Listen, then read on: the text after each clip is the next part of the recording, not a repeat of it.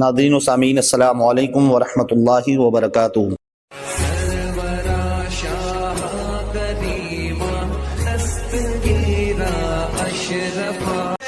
جس کے جسم کو کیما کر دیا جائے اور اس کی روح نکل جائے، مردہ اسے ہم تصور کرتے ہیں، اے میرے مولا مردہ ہم اسے تصور کرتے ہیں جس کی روح کب سے قمصری سے پرواز کر گئی ہو، جس کے حرکات و سکنات ختم ہو گئے ہو، جس کے جسم کو کیما کر دیا گیا ہو، جس کے جسم کو ٹکڑا ٹکڑا کر دیا گیا ہو، تو ہم اسے مردہ تصور کرتے ہیں۔ لیکن اے رب قدیر تو انہیں زندہ کہہ رہا ہے، پروردگار عالم تو انہیں زندہ کہہ رہا ہے، اور زندہ ہی نہیں بلکہ یہ بھی فرما رہا ہے کہ تم انہیں مردہ گمان تک نہ کرنا۔ اب آؤ میرے آقا کی بارگاہ میں چلو، بولو سبحان اللہ، بولو بھائی سمجھ میں آ رہی ہے؟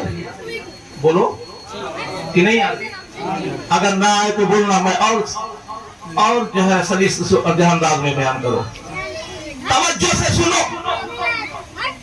میرے آقا کی بارگاہ ہے، میرے آقا صبح سے لے کے شام تک کفار و مشرکین کو دعوت اللہ دے رہے ہیں، اللہ کی طرف بلا رہے ہیں، اللہ کے رسول کی طرف بلا رہے ہیں، آؤ اللہ کی طرف۔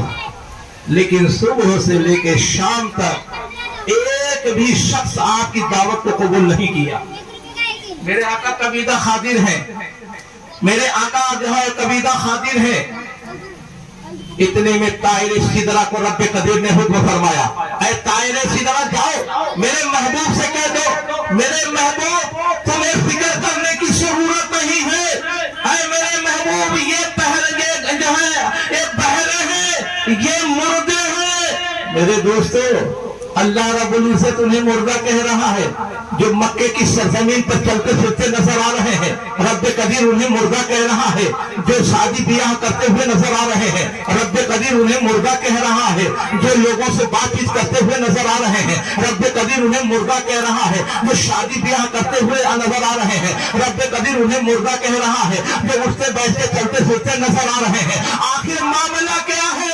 جو چل رہا ہے اسے قرآن مردہ کہہ رہا ہے، جو شادی بیاہ کر رہا ہے قرآن اسے مردہ کہہ رہا ہے، جو تجارت کر رہا ہے قرآن اسے مردہ کہہ رہا ہے، جو لوگوں کے معاملات کو حل کرتا ہوا نظر آ رہا ہے قرآن اسے مردہ کہہ رہا ہے، قرآن اسے زندہ کہہ رہا ہے۔ جس کے جسم پہ 73 زخم لگے ہوئے ہیں، جن کا سب تن سے جدا کر دیا گیا ہے، قرآن انہیں جو ہے زندہ کہہ رہا ہے۔ اور یہی تک نہیں، انہیں مردہ گمان تک نہ کرو۔ آخر وجہ کیا ہے؟ وجہ اس کی یہ ہے کہ جس کا دل دولت ایمان سے خالی ہے وہ چلتا پھرتا نظر آ رہا ہے، وہ مردہ ہے، وہ سوتا جاگتا نظر آ رہا ہے، وہ مردہ ہے، جو شادی بیاہ کرتا ہوا نظر آ رہا ہے، وہ مردہ ہے۔ جس کا دل دولت ایمان سے خالی ہے وہ مردہ ہے، اور جس کا دل دولت ایمان سے لبریز ہے اس کے جسم کو کیما کر دیا گیا ہے، وہ زندہ ہے، قرآن اسے زندہ کہہ رہا ہے۔ اور یہی تک نہیں بلکہ فرما رہا ہے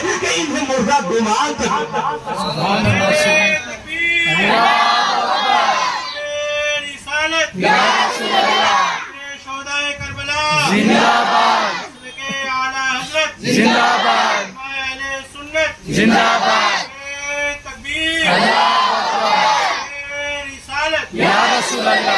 اب آئیے آپ کو بتاتا ہوا چلو شہیدوں کے زندگی کے بارے میں۔ امام عالی مقام وہ شہید اعظم ہے، آپ جیسی شہادت کسی کو نہیں ملی۔ بولو دنیا میں بے شمار لوگ شہید ہوئے لیکن آپ جیسی شہادت کسی کو نہیں ملی، نہ ملے گی۔ آئیے اسی لیے ابھی مسجد میں حاضر ہوا، ہمارے صدر محترم نے بڑی عاجزانہ انداز میں کہا، حضرت خلفائے راشدین کا مکمل تذکرہ آپ فرمائے۔ ارے تو ہم تو سراپا مکمل بن کر کے آتے ہیں، آپ ہی مکمل ہو جائے تو پورا مکمل ہی ہو جائے معاملہ۔ آؤ جس ٹاپک پہ آپ چاہتے ہو، جس موضوع پہ اگر آپ کہو کل سے شہادت شروع کر دو تو الحمدللہ اللہ نے اتنا علم دیا ہے، لیکن نہیں، سب سے بڑی مخالفت ہوگی چاروں خلفاء کا اگر تذکرہ نہ کیا جائے۔ لہذا ہم صحابہ کو بھی مانتے ہیں اور اہل بیت کو بھی مانتے ہیں، سبحان اللہ سبحان۔ اور یہی ہمارے اسلاف کا طریقہ ہے، اور اسی طریقے پہ ہمیں چلنا ہے۔ بزرگوں کے طریقے کو اپنا کر کے چلیں گے تو ہم کنیکشن والے ہیں، ہے نا؟ کنیکشن والے ہیں، وسیلہ والے ہیں، وہ ہیں جو ڈائریکٹ ہیں۔ میں کہنا چاہوں گا، میں عرض کر رہا تھا، شہیدوں کی زندگی کے بے شمار واقعات کتابوں کے اندر موجود ہیں۔ میرے دوستو، 1934 عیسوی کا واقعہ ہے، آپ کے سامنے وہ تاریخ کا باب رکھتا ہوں تاکہ آپ کے دل کا دریچہ کھل جائے۔ صدیق یا ولی بننا بڑا مشکل کام ہے۔ ہاں، صدیق یا ولی بننا بڑا مشکل کام ہے۔ ہاں، شہید بننا آسان بھی ہے اور مشکل بھی۔ مفتی جلال الدین صاحب قبلہ امجدی نے خطبات محرم کے اندر یہ واقعہ نقل فرمایا ہے۔ میرے دوستو، شہید بننا آسان بھی ہے اور مشکل بھی ہے۔ مشکل کس اعتبار؟ مشکل کیوں؟ مشکل اس اعتبار سے ہے کہ انسان کو اپنی جان بہت زیادہ پیاری ہوتی ہے، اور آسان اس لحاظ سے ہے کہ تھوڑی ہی دیر میں شہید مرتبہ شہادت حاصل کرتا ہے اور ایک ہی جست میں زمین کی پستی سے آسمان کی بلندی پر پہنچ جاتا ہے۔ یہ آسان ہے۔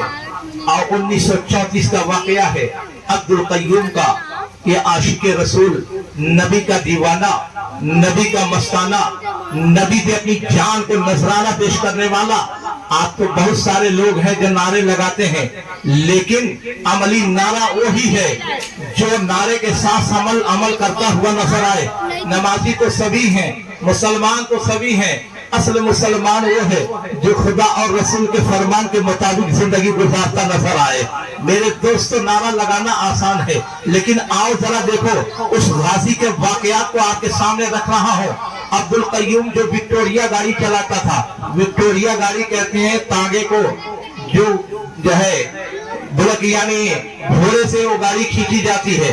آج بھی آپ لوگ کہیں دیکھتے ہوں گے گھوڑا کھینچتا ہوا نظر آتا ہے، اسے وکٹوریا گاڑی کہتے ہیں، تانگا کہتے ہیں۔ وکٹوریا گاڑی چلاتا تھا جو کچھوالی کر کے اپنے اور اپنے بچوں کی روزی حاصل کرتا تھا، جس کی رات جھوپڑے میں بسر ہوتی تھی، اور دن وکٹوریا گاڑی چلانے میں گھوڑے کی لگام پکڑے پکڑے اس کی ہتھیلیوں کا چمڑا موٹا اور کھردار ہو گیا تھا۔ شہر کراچی میں جہاں رہتا تھا اس کا کوئی ہمدرد اور غمگسار نہ تھا۔ ہاں، اگر اس کا کوئی دوست یا شناسا تھا تو اس کا پیارا گھوڑا موتی تھا۔ عبدالقیوم کو جب یہ معلوم ہوا کہ ایک ملعون نے نبی کونین صلی اللہ علیہ وسلم کی شان میں گستاخی اور بے ادبی کی ہے، جس میں مقدمہ چل رہا ہے، آج اس کی تاریخ ہے۔ عبدالقیوم اپنی وکٹوریا گاڑی کو لے کر کے فاتحانہ شان کے ساتھ کچہری میں پہنچتا ہے، ایک کنارے گاڑی کو کھڑا کیا اور فاتحانہ شان کے ساتھ چل کر کے جج کے اس کمرے میں پہنچتا ہے جو آدمیوں سے کھچا کھچ بھرا ہوا تھا۔